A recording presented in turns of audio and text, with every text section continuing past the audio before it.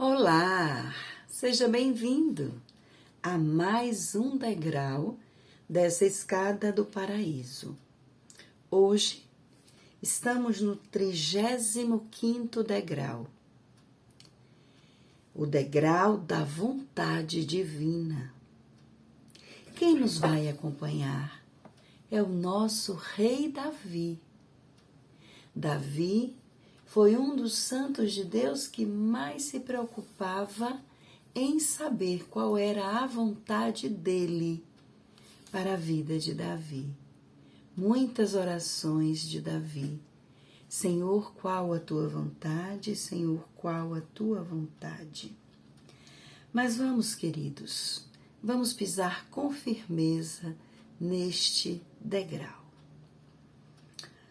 Estamos aqui em nome do Pai, do Filho e do Espírito Santo. Amém.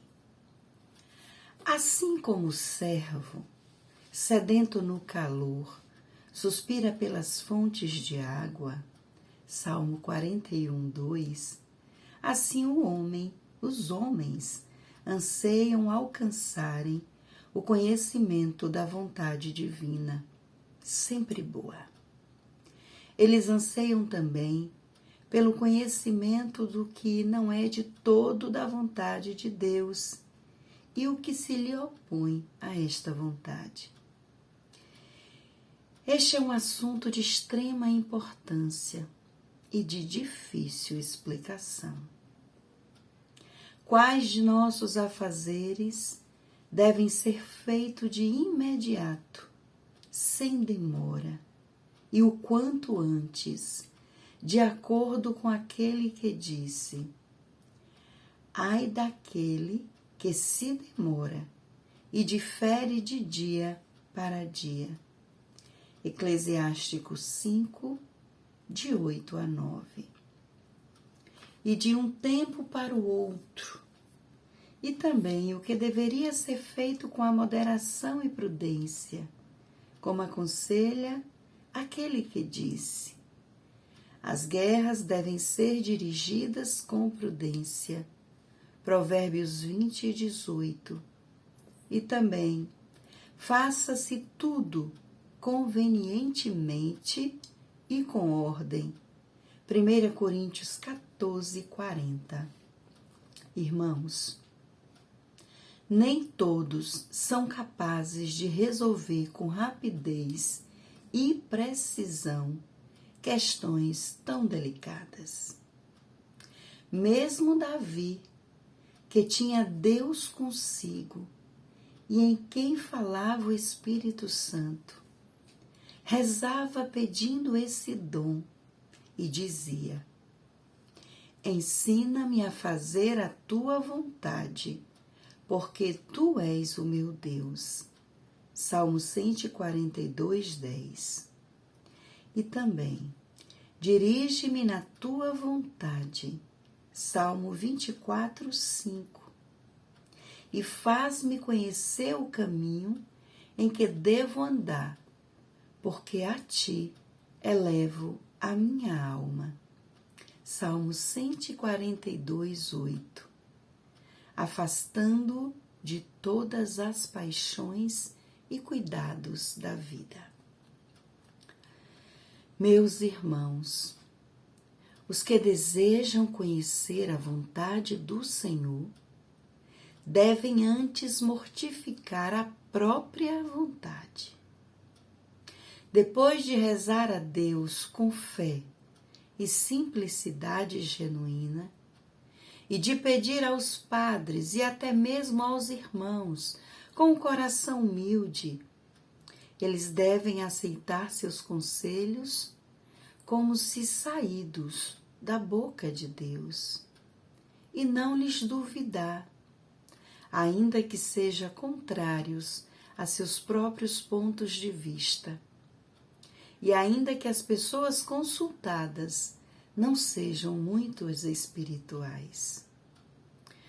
Pois Deus não é injusto e não permitirá que se enganem as almas, que com fé e inocência se sujeitarem aos conselhos e opiniões dos irmãos.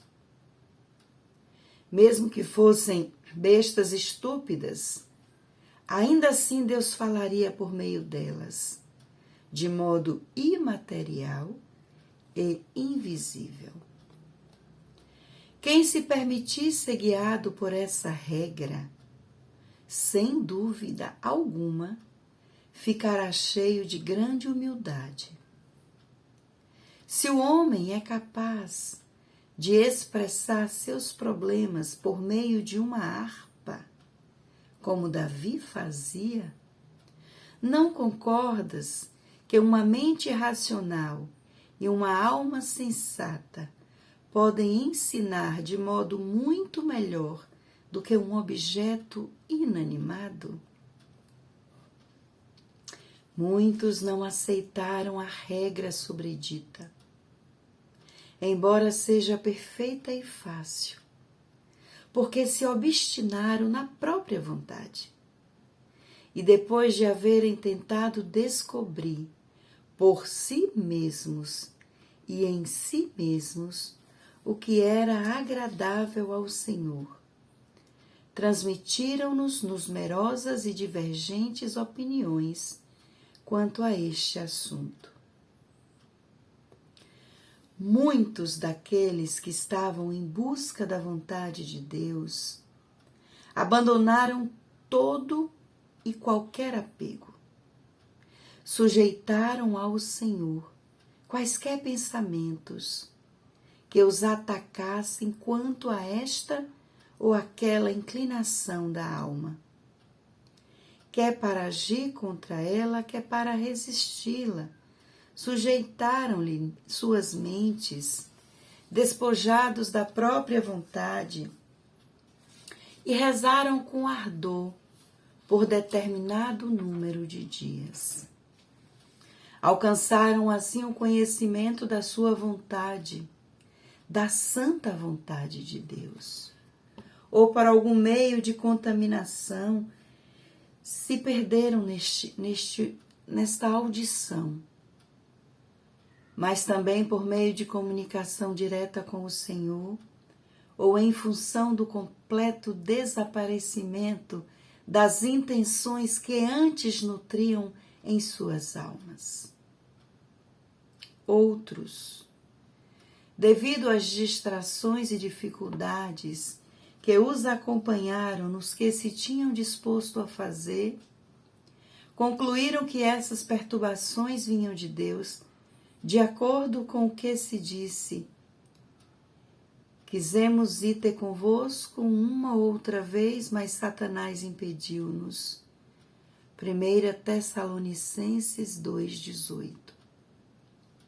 Outros, por outro lado, reconheceram que suas ações eram agradáveis a Deus pelo inesperado sucesso obtido e declararam: todas as coisas cooperam para o bem daqueles que amam a Deus.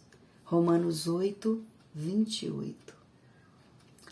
Quem, por meio da iluminação, alcançar a felicidade de possuir a Deus dentro de si, terá certeza da vontade divina ao recorrer ao segundo modo, tanto no que disser respeito às ações urgentes, quanto às que permitirem demora, embora sem um período definitivo de tempo.